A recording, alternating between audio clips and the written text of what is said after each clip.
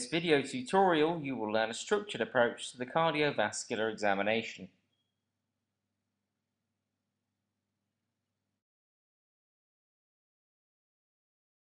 Begin the examination by introducing yourself to the patient, gaining consent, and washing your hands.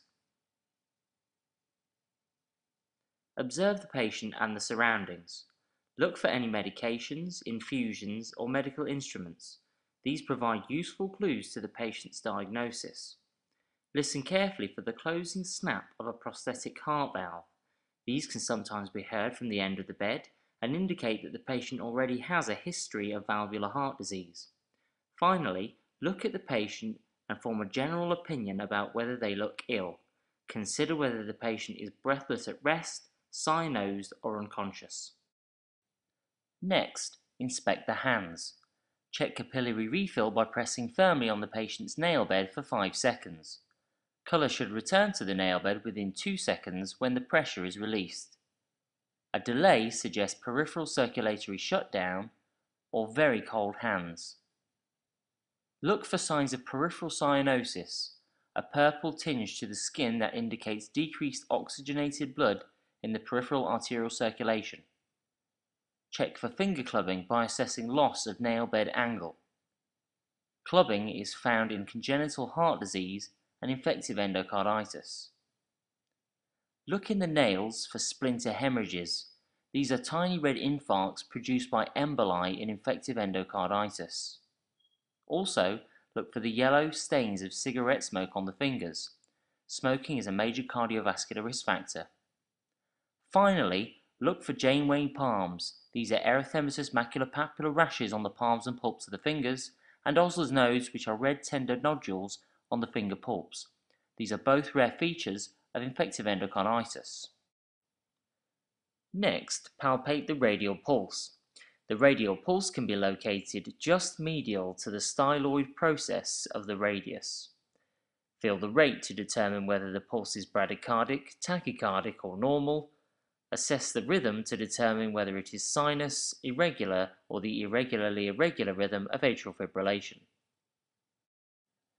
Feel for a collapsing pulse. Place your fingers across the flexor tendons of the patient's wrist and grasp tightly. You should feel a pulse against your fingers. If aortic regurgitation is present, elevation will cause the patient's pulse to collapse. Palpate the brachial pulse. The brachial pulse is located just medial to the biceps tendon in the antecubital fossa. Again, assess for rate and rhythm. You may also assess blood pressure at this point. The next step is to assess the jugular venous pressure. Have the patient rotate their head to the left and look for the inward flickering of the internal jugular vein beneath the sternocleidomastoid. If you cannot see this, elicit the hepatojugular reflux maneuver. Note that a raised JVP is indicative of right heart failure or fluid overload. Inspect the face.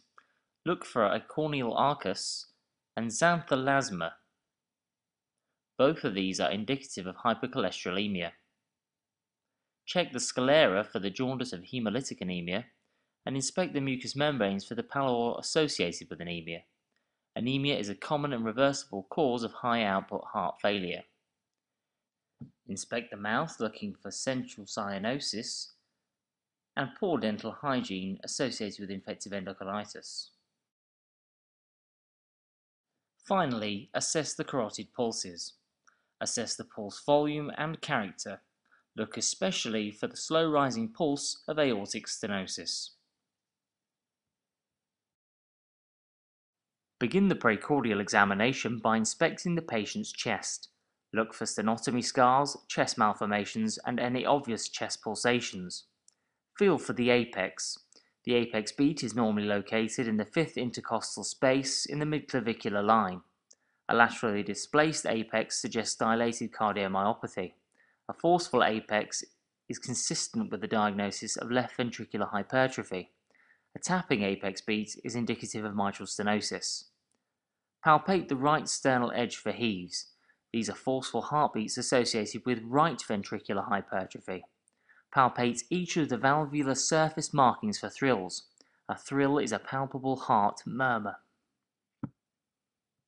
Next, auscultate the apex. Identify the first and second heart sound.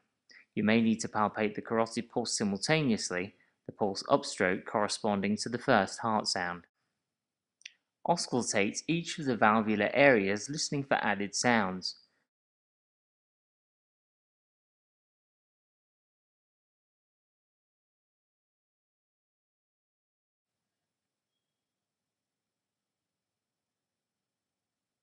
Listen for specific heart murmurs. Mitral regurgitation has a pansystolic murmur heard loudest at the apex with radiation to the axilla.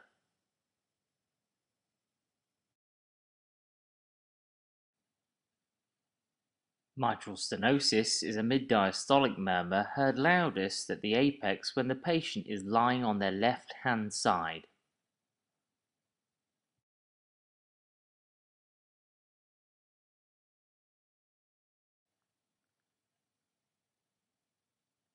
Aortic stenosis is an ejection systolic murmur heard loudest at the aortic area with radiation to the carotids.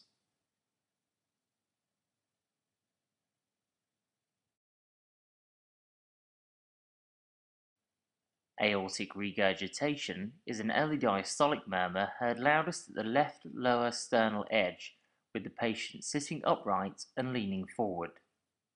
There is apical radiation. Auscultate the lungs for crackles or decreased air entry. These are important and may indicate pulmonary edema or pulmonary effusion, both associated with heart failure.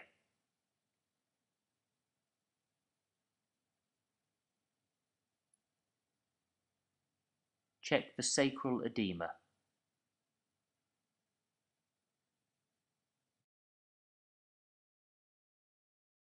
To complete your examination, there are some final considerations. Perform an abdominal examination. Check for ankle edema.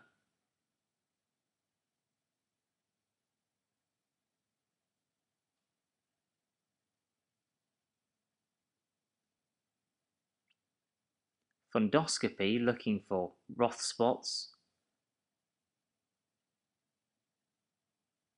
and hypertensive and diabetic retinopathy. An ECG should be performed to identify any arrhythmias. Finally, dip the patient's urine looking for evidence of kidney injury. In congestive heart failure, look for raised specific gravity and raised urinary protein. These are associated with chronic renal failure. In infective endocarditis, emboli cause renal infarctions, and these produce raised urinary blood and protein.